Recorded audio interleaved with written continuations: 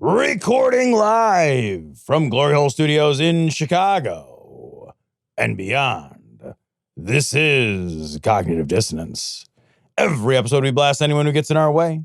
We bring critical thinking, skepticism, and irreverence to any topic that makes the news, makes it big, or makes us mad.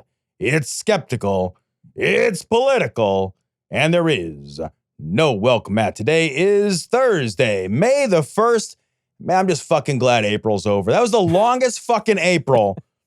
A lot of protests today. It was May Day today, so there's a lot of protests in Chicago. I was invited to go down.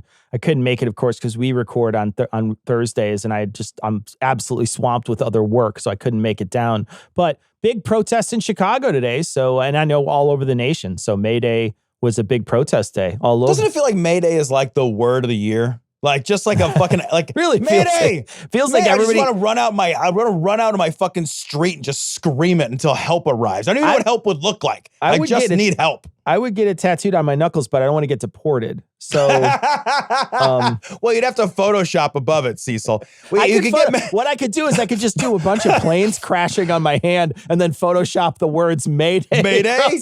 Across it. Jesus fucking Christ. Oh, good. It's good. So we got some bad news, but we got some good news too, right, Tom? Well, we didn't get good news. Our neighbors to the north. No, I mean, that's good. You know, they kept the light on for us. They did keep the neighbors to the north who don't want anything to do with us, and I don't blame them. I don't fucking blame them. I don't fucking blame them a bit. Yeah. You know, our entire nation has a car on blocks in our front yard. Right, dude? Oh, we've got our country's become like an old shitty boat with the tarp half off of it and fucking mice in the engine. Yeah, you know, and the carport is missing one support, so it's falling down a little up to the side.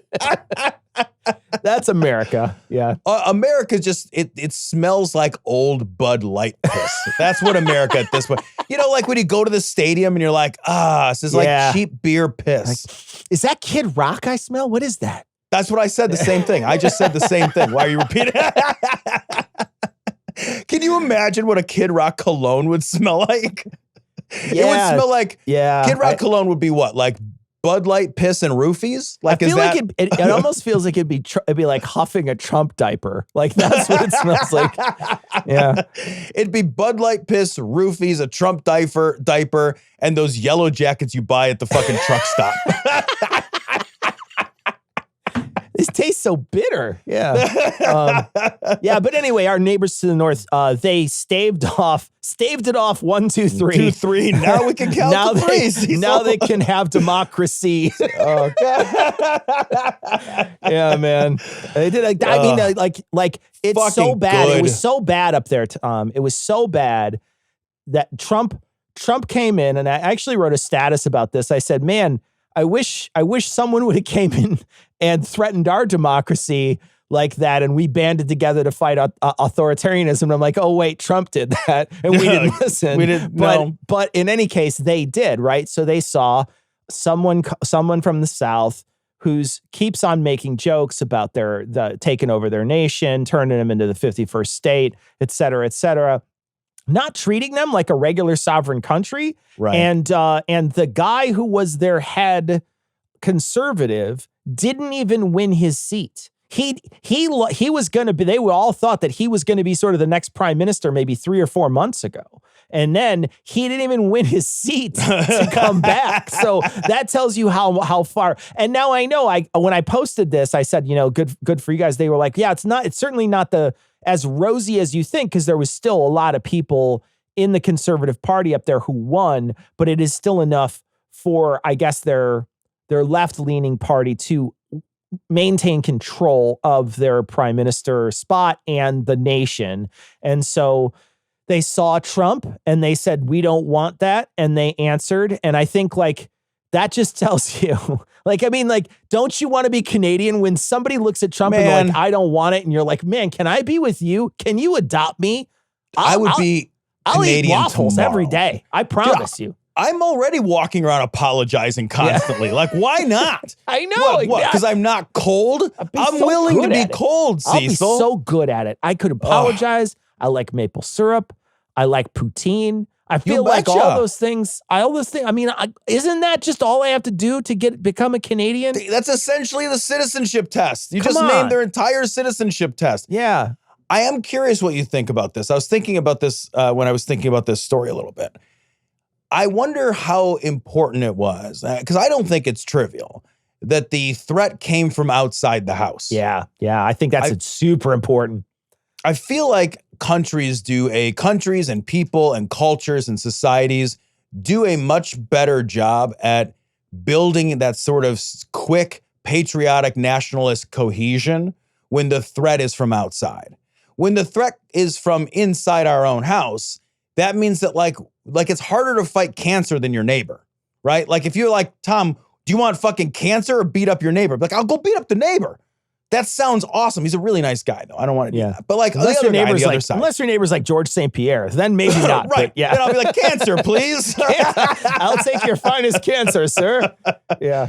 But you know what I mean? I do think that that's a really big difference. It's so much harder to battle against yourself because in some ways, like if the call is coming from inside your house, what that means is that we are living with our own poison, right? Let me remind you of a timeline.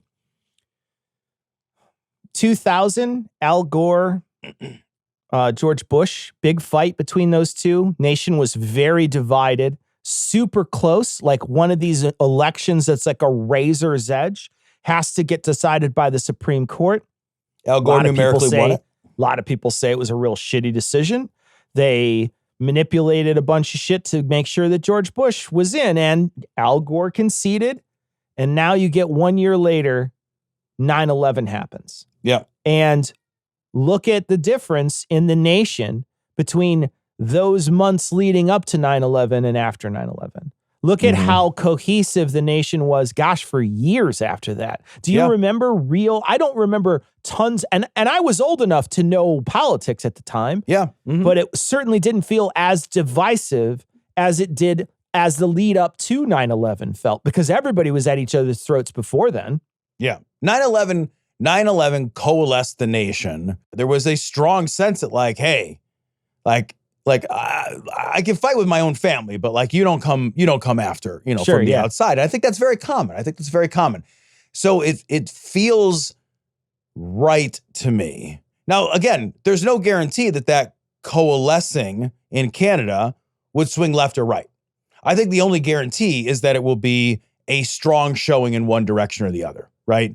So, but I think that in this case, the right-wing authoritarianism that they were responding to was so egregious, and so outlandish, and so honestly existentially threatening to your nationhood, right? To said as much, like you make you a 51st state. There were fucking not veiled threats there. So that banding together to be like, hey, no, I think I'm very encouraged by that. And again, Canada, call me. Yeah. Hey, man. Cheers, eh? Hell yeah, you betcha. Look, my company has operations in Canada. I can take a transfer, I think. I don't have a company, but I will transfer all operations to Canada. If they have the internet, you're good to go. Do they have the internet in Canada? Is it strapped to a moose? How does that work up there? It's like two beavers just flapping their tails as fast as they can. There's just like a maple syrup scented Wi-Fi in the air. We know a thing or two because we've seen a thing or two. We are farmers. Bum, bum, bum, bum, bum, bum. This story is from Newsweek. Democrats win landslide in safe Iowa seat, claim rebuke of Trump. So this is a seat that absolutely should not have flipped, should not have gone Democrat. And not only did it go Democrat, it fucking demolished for Democrat. This was 79 to 21% of the vote. And really importantly, and I think this is going to be the tail of the tape, Cecil, I really believe this for the midterms, fingers fucking crossed, turnout was incredibly low. Apathy, right? Apathy. And I think what you've got to see on the right. Turn it up. Right now. What you got to see on the right is intense apathy. Yeah. Because if you're a right winger, unless you're hard MAGA, what the fuck? You're just going to stay home. Even if you can't fucking bite it down, grit your teeth and go Democrat, you're going to stay home. Yeah. I think this is going to be, I'm fingers crossed, But, if we on our side can keep the energy up, there's no energy on the right. It's a fucking disaster buckle. Yeah, I hope that's the case. What I'm worried about is some of these nations and other places that fold to Trump in these next few, maybe months that are leading up, especially if Trump is putting in tariffs or threatening other nations to try to make them capitulate to him in some way. I wonder if they fold and then the right sees this as a win, even though it has ripple effects and changes like how we're viewed as a nation for the rest of the world, et cetera. We talked about all this already, about how this is it's 100% damaging, and you can't repair this reputation. You can't reputation manage after Trump. It's just going to be too hard to do. You're going to have to build from the ground up because it's all just detonated.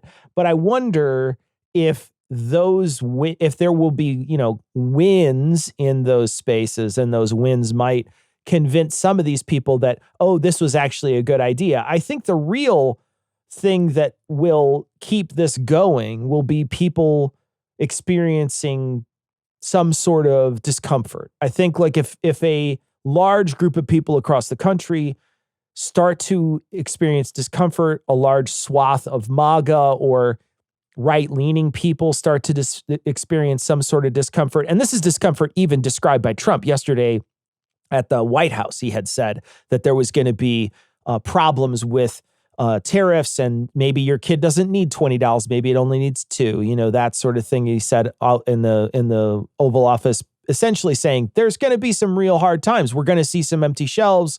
We're going to see the trade is going to be it's going to be at this point, we're going to have real disparities in trade where, the amount of tariffs are going to really jack up prices for us.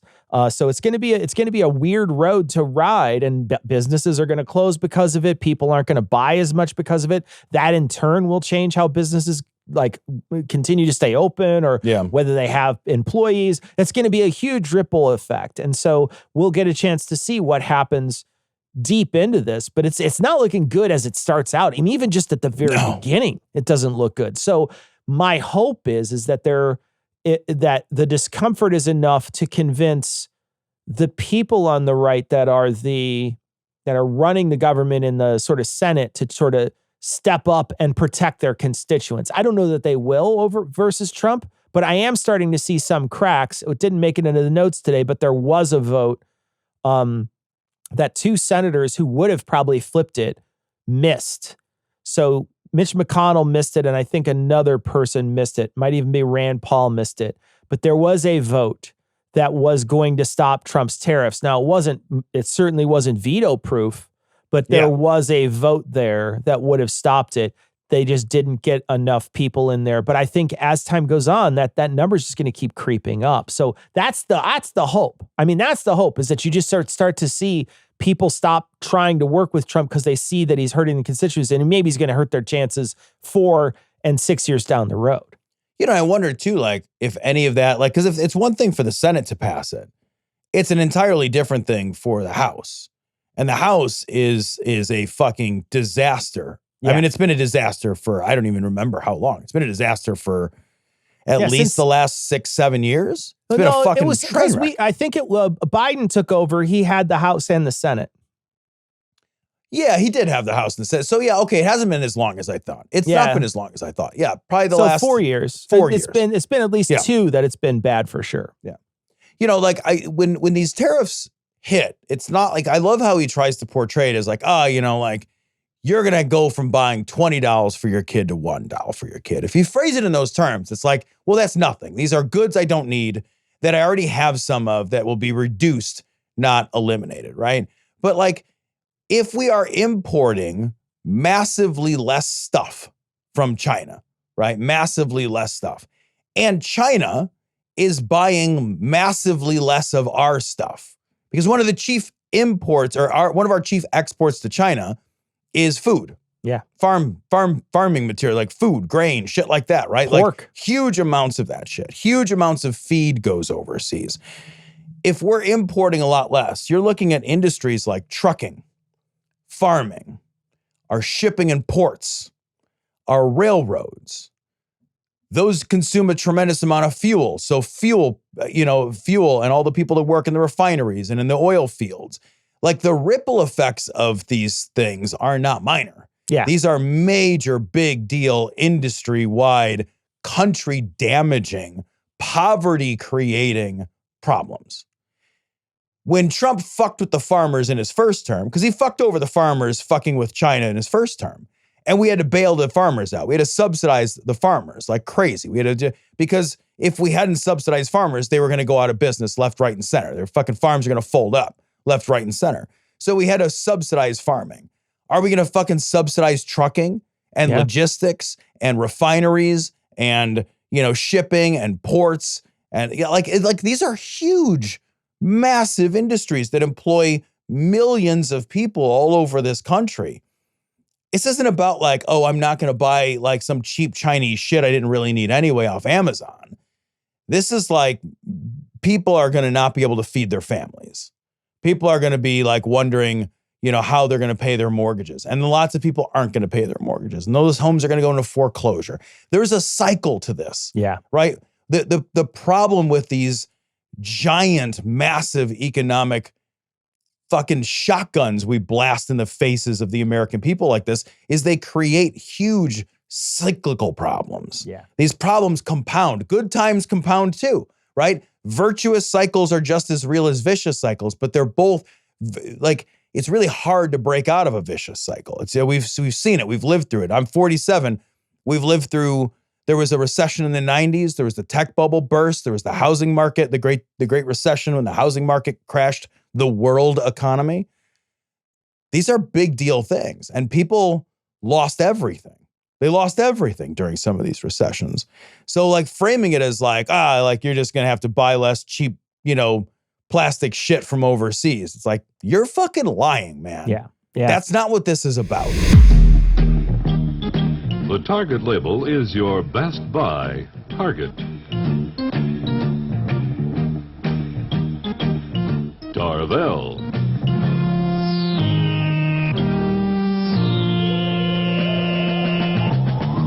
Miss Target. Target is a fun place to shop. This story is from Pew Research. Most Democrats say their party's elected officials are not pushing hard enough against Trump policies. Duh. Yeah. I think it's, I read the whole article, but like the whole time I'm reading, I'm like, well, yeah, because like you haven't pushed them off a cliff. Well, like that's as far as I want to push. I want pushing until there's a loud squishy thump at the bottom. I want to push on him like one of those fucking chest thumping dummies you train fucking CPR on. I just want to press as hard as you can until you press it through the back. That's what I want to press. Of course not, because name a Trump policy that isn't damaging someone, right? Right. That's the thing we're talking about here. It's not like Trump is trying to pass fucking universal health care. Trump's not trying to pass some sort of minimum wage, like $20 minimum wage. Trump isn't doing any of that. What Trump is doing is he's deporting people who to other countries they aren't even from. They aren't even their country of origin. Trump is dismantling our government before our eyes. Anything that comes up that's going to sort of help bolster that, why would you want to help that? There is no common ground. What are we talking about? There doesn't even exist. So the idea, if you're a Democrat and you're one of these people who they polled and they said, well, I really just think we should sort of meet in the middle. What's the middle? Well, yes. They're not anywhere near the middle. They're destroying the entire country, and any bill that they create or pass is going to basically bolster all the effects of Trump. So why on earth would you want to work with them?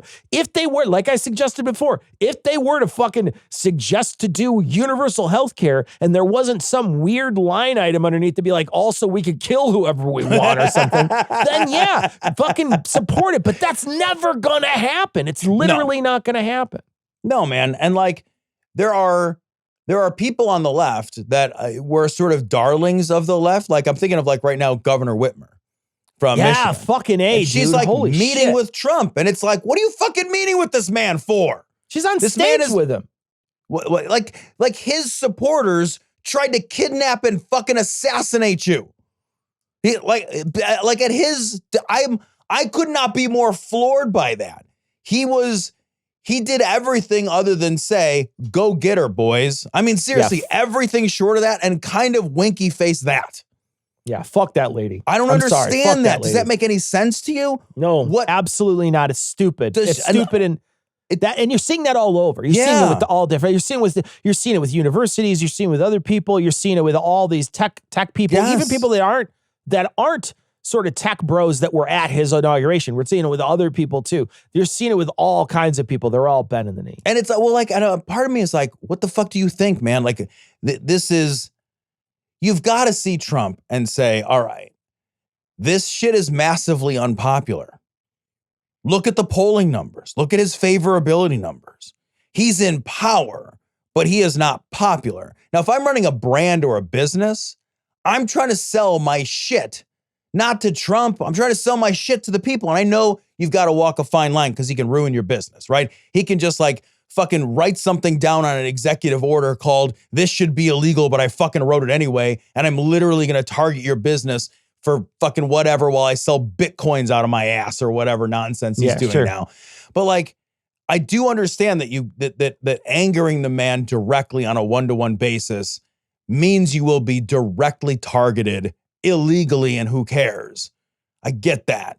But this like fucking constant bootlicking by politicians, dude. I mean, grow the fuck up. We talked about this when we talked about Susan Collins. You know, like, get the fuck out of here. Get the actual fuck out of here. Do your job. What the Governor Whitmer almost lost her fucking life to this man. Yeah. And she's gonna have a fucking meeting. Not a meeting. She was on stage with him. That's fucking insane, dude. Insane. She went to his fucking rally, man. She's on stage with him. Yeah. There is nothing. Look, I'm not even kidding. If you said, Tom, I'll give you $1 million. I'll give you $10 million to walk on stage and give even the appearance of endorsing Donald Trump, I'd be like, yeah, no, fuck that. Fuck that. Fuck that forever. You know, like, she gets on the stage for the $850 million deal that she wants to make with the administration. This isn't how we want politics to work. No. I mean, like ask yourself this. Ask yourself this, Republicans. I know you don't fucking listen to me because you're all fucking like got your head up fucking Ben Shapiro's ass or whatever. But like, ask yourself this.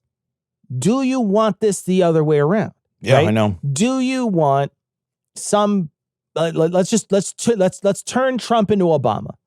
Suddenly, all these Republican governors, like let's pick Abbott. Abbott has to go to the White House and kiss the ring of Obama, or else he's not going to do something in the state. He's not going to run a Jade Helm thing there or whatever he's going to do. I forgot about Jade Helm. That was a great reference. In any case, he's not going to do a thing, right? Do you want that, right? Do you want this sort of favorable, the way Trump treated people in COVID? You gotta know me. You got to do this for me. This is one hand washes the other if not. Because you don't want that when a Democrat's in there. No. You only want people to kiss the ring when it's your guy in there. Well, what happens when the other guy gets in there? Yep. You don't want this. You don't want this sort of reaction. And I'll tell you what. There's a part of me that's like, make them fucking eat it next time. Next time, do what they're doing and make them fucking eat it. Make them realize how fucking embarrassing this is and how this isn't how government should work, and make them realize how bad it is and get them all up in arms, and then have one Democrat step forward and be like, let's change the rules, and then fucking put some shit on the books for it. Yeah, man. Make them eat it for a little while. Make them fucking realize how shitty this is, and then be like, you know what? There's suddenly there's a fracturing in the party of the Democrats, and they want to change it so that it's not like that ever again. And then you get all these dumb fucking Republicans be like, oh, well, let's change it. And then you just fucking let them follow you, and then just change it and take away fucking executive power. Go in and strip it all. Make it so that this shit doesn't fly ever again. Make sure there's teeth. If you fuck this up again, fuck you. There'll be a no confidence vote. Fuck off. Make big changes next time. But for a little while, make them eat it for a bit so that they realize how shitty it is and how bad this is if you need to change this. You know, I was wondering earlier today if it is even possible to roll back what has happened. Like, you know, like you were talking about like our allies and like rebuilding our reputation. And the analogy I was thinking while you were talking about that is like, it's like trying to have a marriage recover from an affair, right? It's like, it's just never the same after that. You know, there's a broken trust. Everybody understands that, like, okay, but you guys are still one election away from fucking us. You know, like things are fine now, but you're just one election away from fucking us over. So like, we're going to kind of look at you askance when for the last however many years we haven't. And I think about like the unitary executive theory. And I'm like, I don't know if the structure of government, because that's been around now for 20 years, 25 years, the unitary executive theory, which is the theory which is like the bedrock for all of this executive power creep. And I wonder, like, is it even possible to govern properly without this like ridiculously overpowerful executive branch now? Have we moved so far down this path that we just are sort of stuck in this way of doing things? We have a fantastically dysfunctional legislative branch. Our legislative branch is garbage. I mean, it's a complete garbage. The legislative branch gets nothing fucking accomplished. It works very slowly, if at all. I mean, and like you pointed out, the left had the House and the Senate, but if you recall, like they still couldn't get a ton of shit done, like because they had such a thin margin. And like a couple of the Democrats they had were liars. Yeah, they had the two senators that were bad. Yeah, they had fucking Sinema down in Arizona, and you had that fuckwit in West Virginia whose name I can't remember that kept they were fucking secret Republicans or whatever their bullshit was. Yeah, yeah. So like, I wonder if we're even at a place where we can roll back this stuff anymore and actually expect to function, or if we've built new structures that require in some ways the government to work like this. I don't know that that's true or not true, but I worry about it because like you can't stuff the genie back in the bottle element to a lot of the way that power tends to work.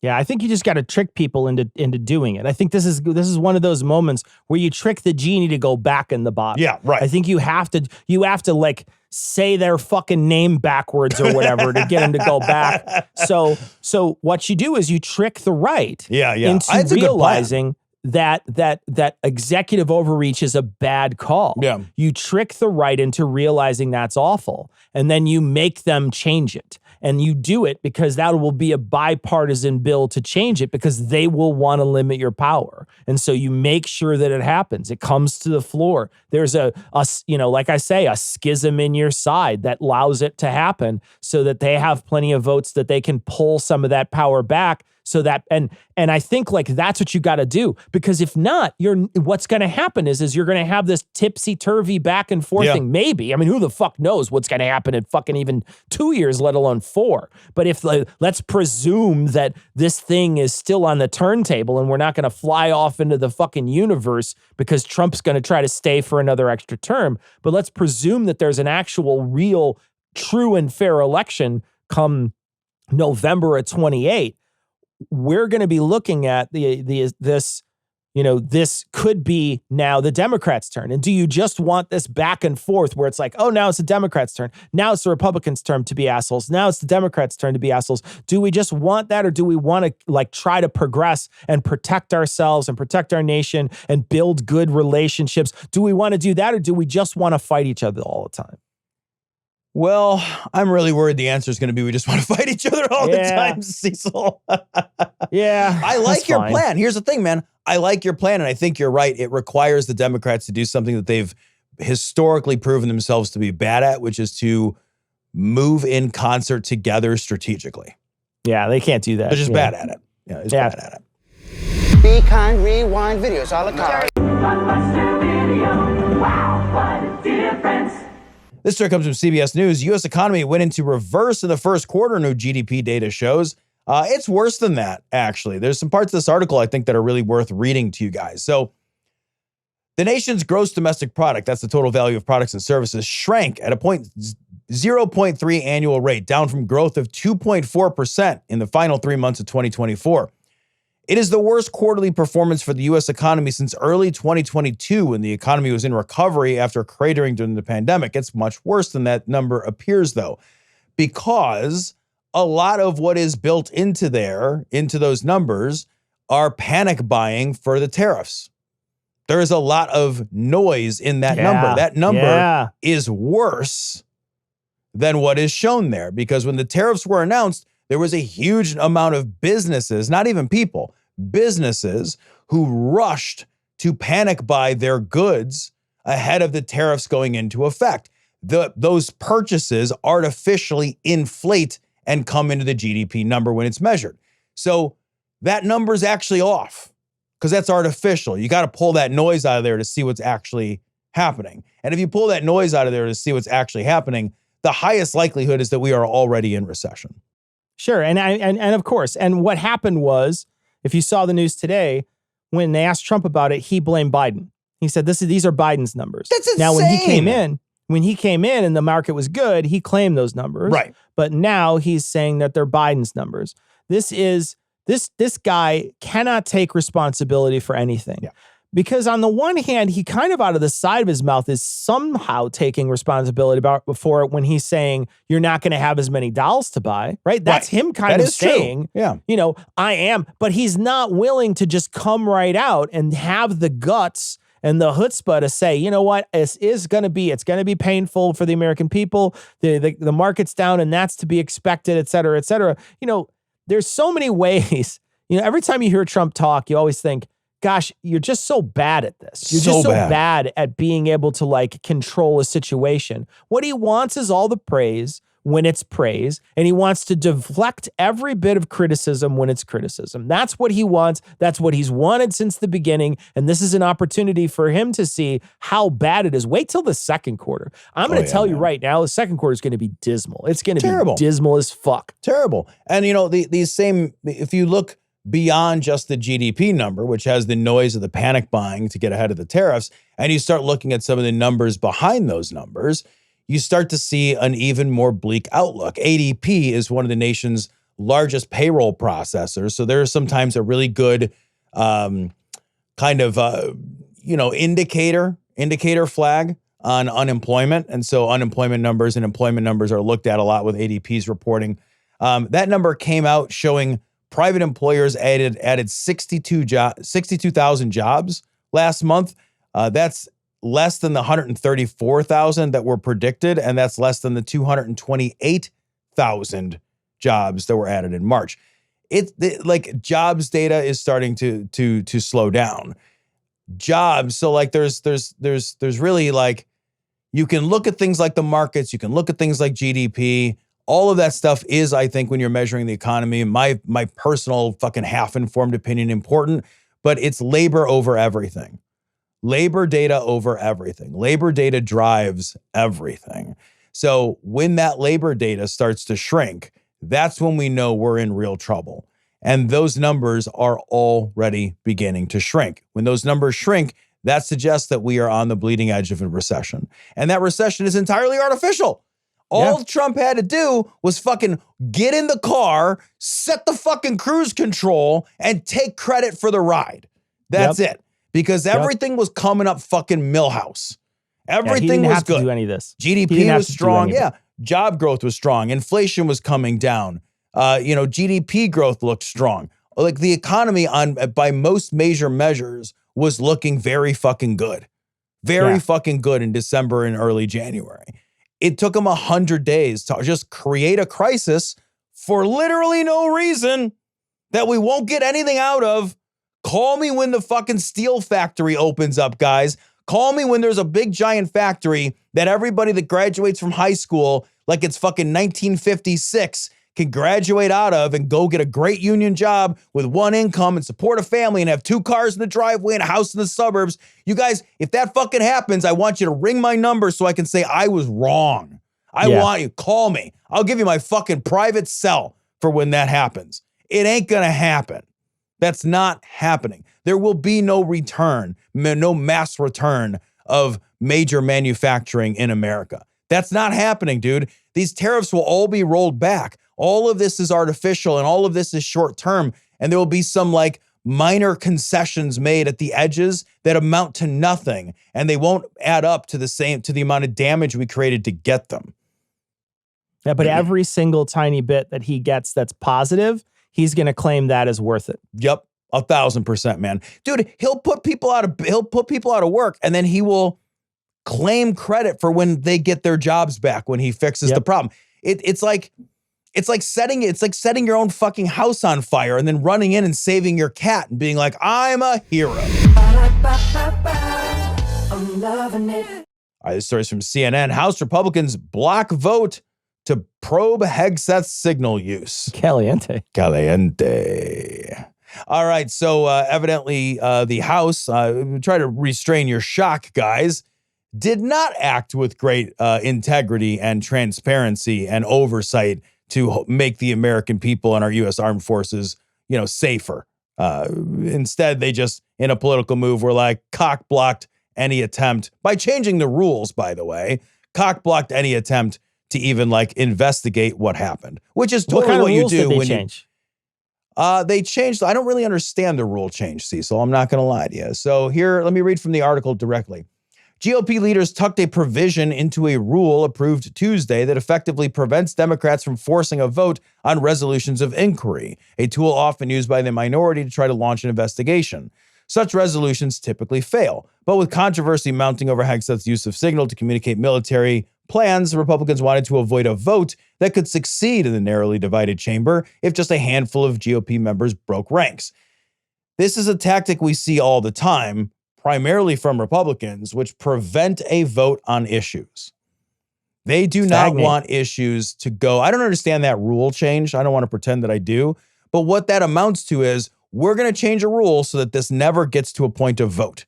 Because if it gets to a point of vote, you're now on fucking record.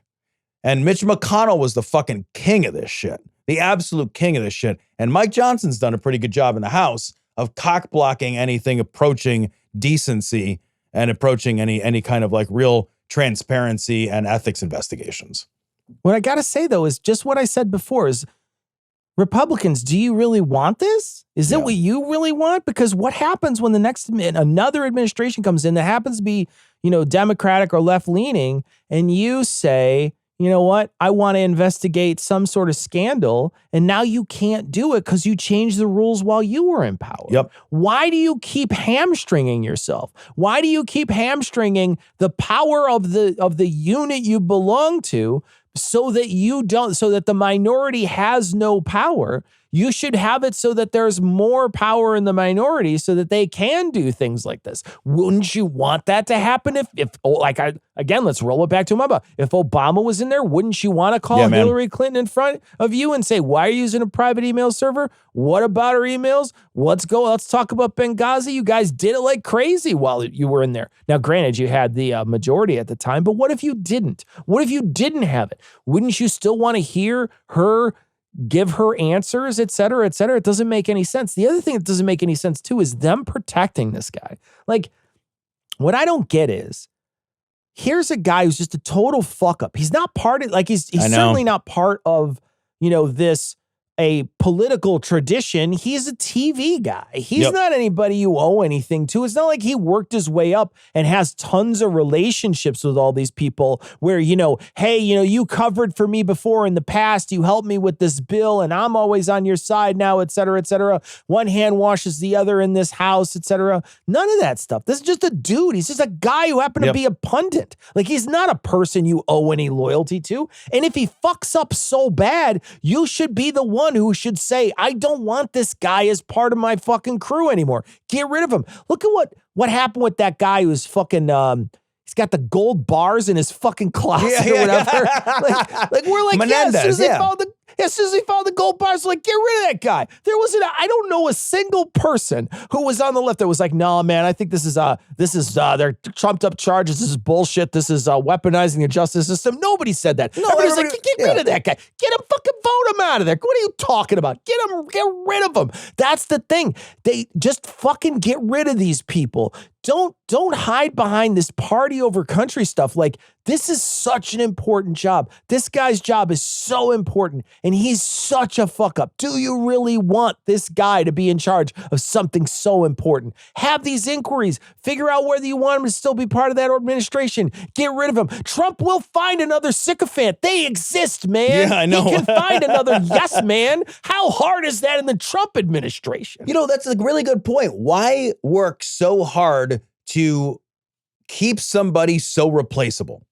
Yeah. That's weird, right? It's also super weird because the investigation would take 15 minutes, right? Hey, I'm going to call Jeffrey Goldberg over at The Atlantic. Hey, Jeff. Yeah, it's Tom Curry over at Congress. Yeah, I'm in Congress now.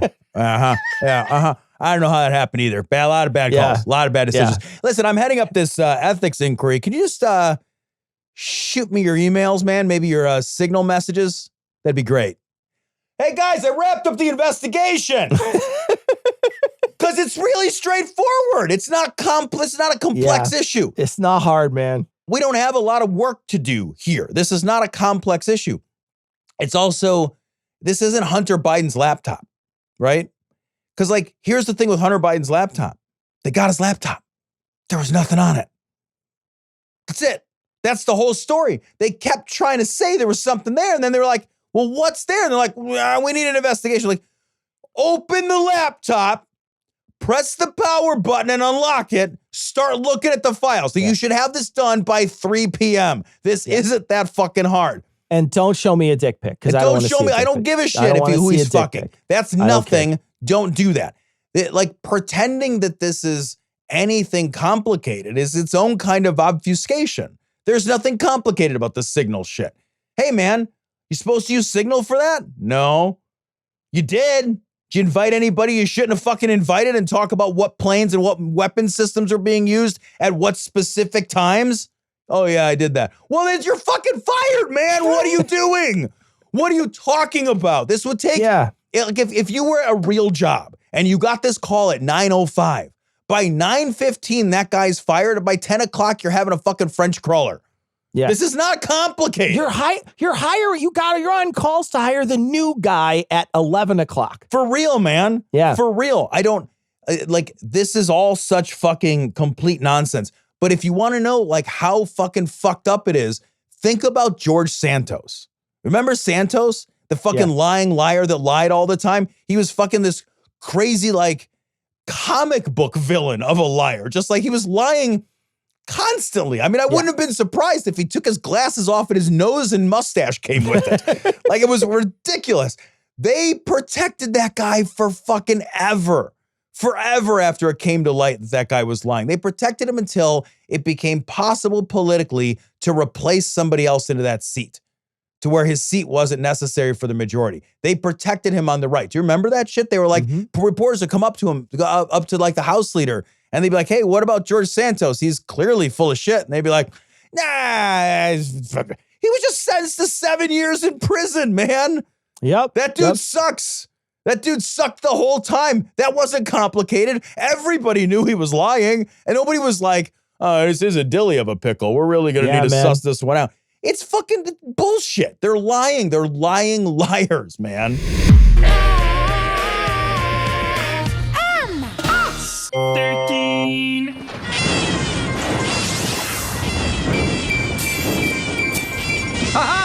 Cecil, we alluded to this at the front of the show. This is from Verge. Donald Trump might actually believe these Calibri labels are real MS-13 tattoos.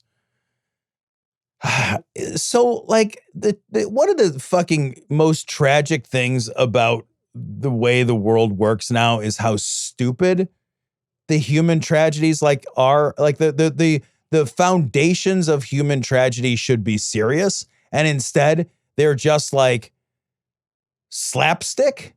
They're slapstick. So in this case, the gentleman Abrego Garcia, who got sent to El Salvador unlawfully as part of what was initially claimed to be an administrative error. Trump, they keep going through great pains to say, yeah, but you know, he was MS-13. He was part of this like terrorist gang organization, this MS-13 gang.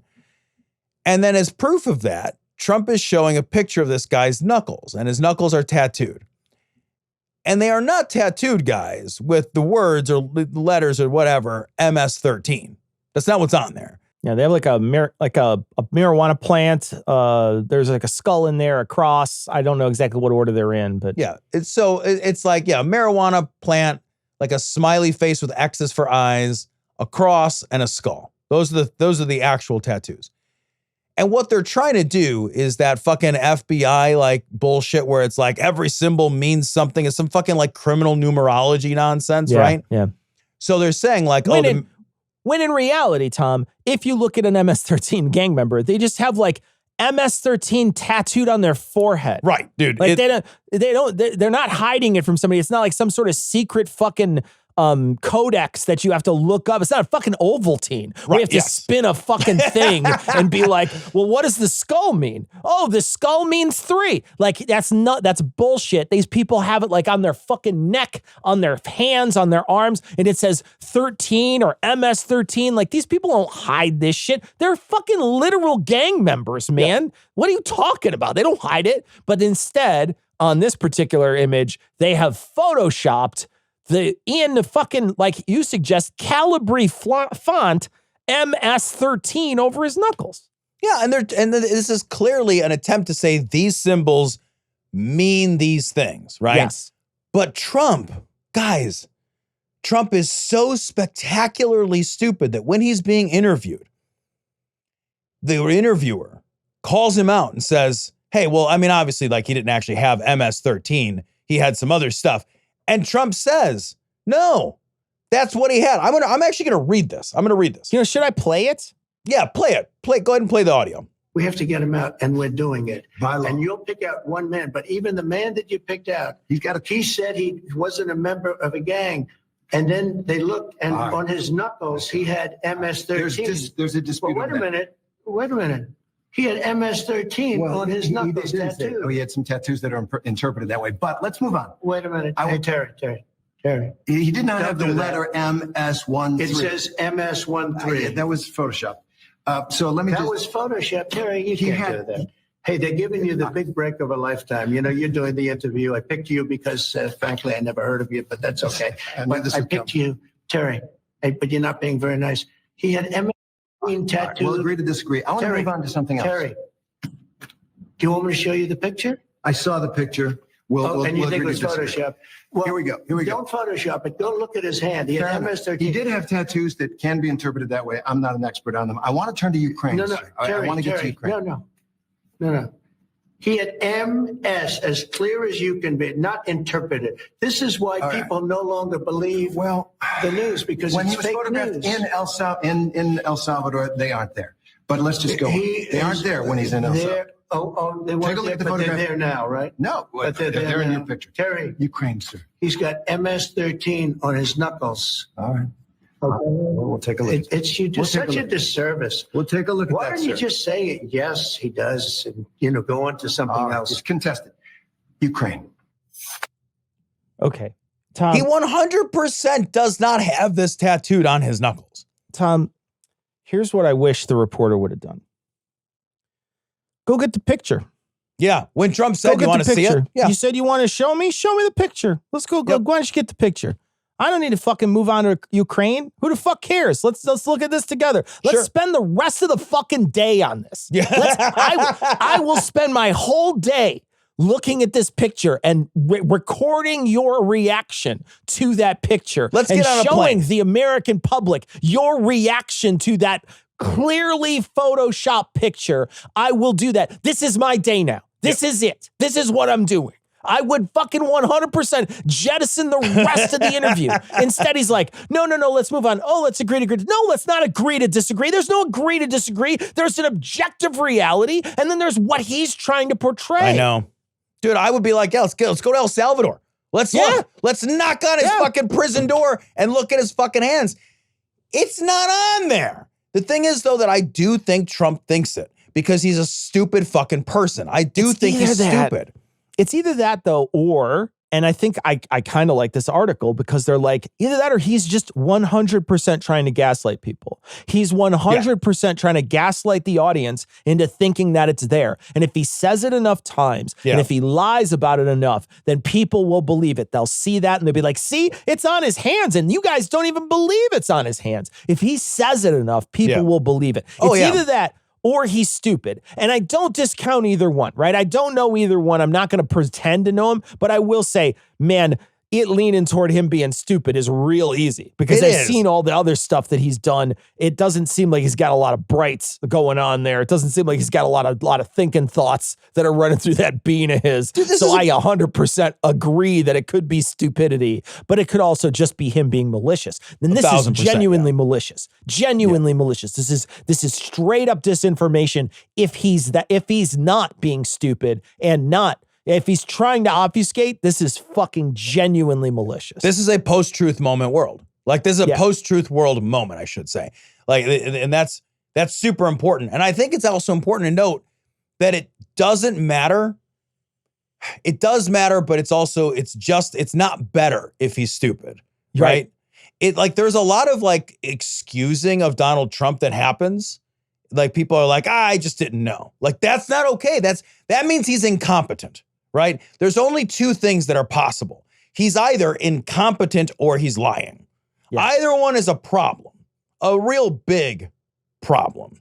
And, remember what he thinks fools you. So what I mean by that is, do you remember when he took a Sharpie and he drew on that thing where the hurricane was going to be, right? He thought that would fool you because he is the kind of person who would find that convincing himself. So here's what I mean. Like, if I am going to lie to you, I'm going to tell you a lie that I think is convincing.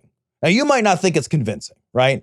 But I am never going to tell you a lie I don't find convincing. I am never going to try to cheat or steal or trick somebody in a way that in my mind doesn't seem like I'd fall for that too, right? So this is a guy who took a fucking permanent marker and drew on a fucking and it just very obviously drew on a fucking piece of paper with a marker and held it in front of people and said, here's how I'm lying to you. That either means this is why this would fool me. I guess there's a second option because it means like either this would fool me. This looks believable. I'll try this. Or it means I have no respect for you at all. Yeah, I have no respect for you I think at all. this little of you. I think it's there is something to that because listen to how he talks about whenever he'll say something like, nobody knew how difficult this was. It's like, no, you didn't know how difficult it was. Yes. Right? He doesn't live in a world where you exist. Only he exists. That's exactly it, dude. So there's kind of this constant, like, if it would have fooled him, then it'll 100% fool you. And it's the same thing here. It's like, nobody knew how explosive nuclear bombs were or whatever he'll say. And you'd be like, no, I think we all kind of knew. Like, we knew. These it was things up. Are really dangerous. Yeah. Nobody knew how difficult it was to be a doctor. No, I think we knew that too. Yeah, we 100%. Yeah, we had that pinned down. Very complicated. Yeah, we had that pinned down before. We knew. We had concepts of a plan about it. I'm starved. Got any pizza in the freezer? We make fresh pizza. That's complicated. Not anymore. We use pizza in a skillet from Chef Boyardee. Ars Technica seasonal COVID shots may no longer be possible under Trump administration. The FDA was supposed to decide on Novavax vaccine by April the 1st, but it now wants more data. It wants more data because there is a new stupid fucking rule by idiots who don't understand anything at all about fucking healthcare who will kill people with this policy. That is just a fucking straight up numerical statistical fact. Will kill people as a result of this policy. That is basically saying every time that there is a update to the vaccine, the COVID vaccine, it has to go through a brand new start to finish phase 3 double-blind placebo-controlled clinical study. That's fucking insane. The updates to the COVID vaccine should be thought of in much the same way that we think of the updates to the seasonal flu vaccine. Seasonal flu vaccine, we have a base technology. We know that it works. We've figured out this vaccine. We've tested this vaccine using the double-blind placebo-controlled studies in phase 3 clinical trials across a large cohort of people. We've done all that work. Then all they do is make minor tweaks to the base, and I'm oversimplifying because the science is beyond me because I'm not trying to pretend expertise I don't have. But like they make these minor tweaks in order to keep the vaccines current and up to date with the variants that are moving around, right? And usually they get it close to right, and sometimes they don't. And when they don't, it's a big problem. Flu season this past year went through the fucking roof. The numbers were through the roof. And that's because the flu shot this year did not cover the flu variant that was circulating broadly in the United States. Novavax uses a standard protein technology. That's actually the most recent COVID booster that I've gotten is the Novavax booster. It doesn't use the mRNA technology. It uses the more standard protein technologies. Those take longer, and this will cost tens of millions of dollars. And by the time they're done, they're outdated. Right. There's no point in doing them. Yeah, what the problem is you're racing. There's a race. The virus is going to mutate. You need to get out in front of it, and you need to make sure, because we do this with other stuff. It's safe. Like, these people keep saying how unsafe this is, and you're like, point me to all the data that shows how unsafe it is, because we do this all the time. Point me to all these people dropping dead because of the COVID vaccine. Point me to all these people that are dropping dead because of the flu vaccine. Point me to all these problems with these people. They're spending the rest of their life, they're having issues for the rest of their life because of these vaccines. Show me that stuff. Instead, there's nothing. They don't have anything. So it's just this, like, look, man, if people want to get boosters, like, that's the thing too that they say is like, well, I don't care if you get it, but I'm not going to get it. Don't force me to get it. And it's like, no, what they want to do is make sure nobody gets it. They want to go out of their way to be sure that nobody has access to these things. Yeah, man. That's dangerous. That's beyond dangerous. Yeah, that's a great point. These are not mandatory vaccines. They've never been mandatory vaccines. The COVID vaccines were mandatory for some groups of people. The U.S. military, nurses, doctors, people in healthcare settings, right? And that made sense. But like the average person was never required to get a COVID vaccine. Lots of people got them. Lots of people didn't. None of the boosters, to my knowledge, and I could be wrong, but I don't believe that any of the boosters have ever been required. Some of us really want these boosters. Some of us have, people in our lives that we love that are like immunocompromised. Some of us are ourselves immunocompromised. Yeah. Some of us have, other conditions, which COVID is not a minor cold or, inconvenience for. I personally do not want to get COVID again. I get every booster as soon as it's available. I get one every 6 months. I've only had COVID once. I would like to never have COVID again in my life. It sucked. I have asthma. It was really fucking unpleasant. And there was like a couple of points where I'm like, this shouldn't get worse. I don't want this to get worse than it is because it's really kicking off my asthma and it's creating a problem for me.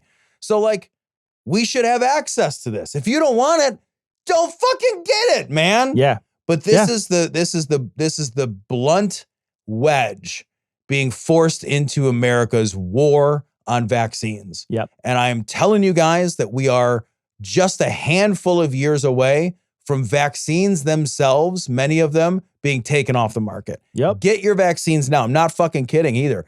Like, go to the fucking CVS or Walgreens and load yourself up because there is a high likelihood that some of these things are going to disappear. I believe that. With all the salad and breadsticks you want, just $9.95. The Olive Garden. When you're here, you're family. I am not afraid of you, Columbia student says of Trump after release from ICE. This is Mobson Madawi. I may have mispronounced that. I'm sorry. Arrested by ICE following his citizenship interview, Cecil, recently released. Arrested 2 weeks ago. And this is a student, and they did this with a couple of different people.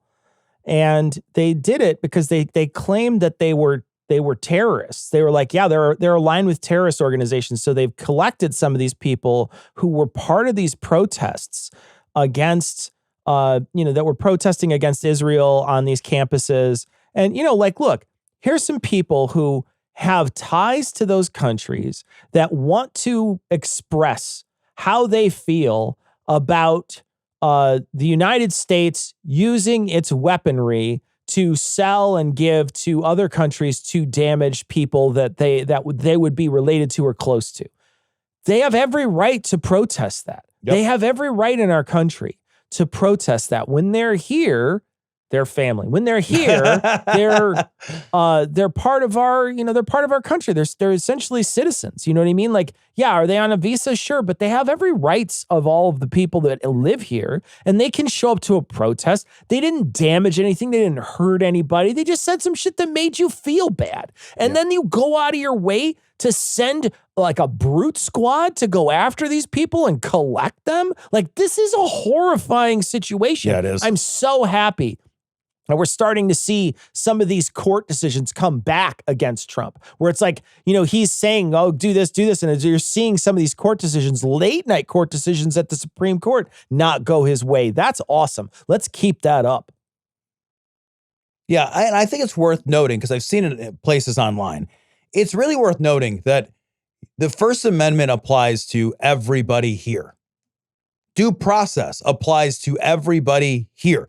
These are not rights. And I know that like lawyers might email us because I know it's a little more complicated than that. I am oversimplifying, but these are not rights afforded only to citizens. You do not have to be a citizen to have a right to due process. You simply need to be here. You do not have to be a citizen to have a right that covers the restriction of abridgment of freedom of speech. You just have to be here, right? Yeah. So just because these people are not necessarily citizens at the time that they were exercising these rights does not mean that they don't have rights. They have rights. It is not only citizens in this country that have rights. Everybody here has a right to due process. We all have a right to due process. And everybody wants you to have, I don't care how right-wing crazy you are, you want that to be the case. I promise you want that to be the case. Because let's imagine for a moment that is not the case, because we're living in a world where that is happening. If there is no guaranteed right to due process because somebody is not a citizen, but there is no process to determine if someone is a citizen because there is no due process, then that means that you, no matter who you are, does not matter who you are, can be stripped of your rights. You could be deported to fucking El Salvador in prisons tomorrow. Yep. And if you don't have a right to due process, how are you supposed to prove that you are a citizen? The due process is how we make sure that only legal things happen. You have no recourse if we don't go through that system, if we don't go through that process. We are all, like, it's not just people who are here, without paperwork that are less safe. We are all inherently less safe. Each individual one of us is inherently less safe. Due process protects everybody.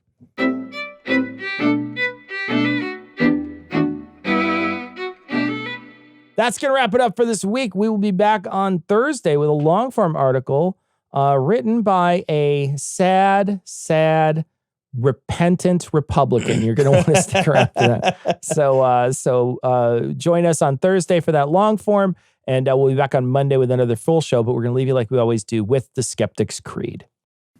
Credulity is not a virtue.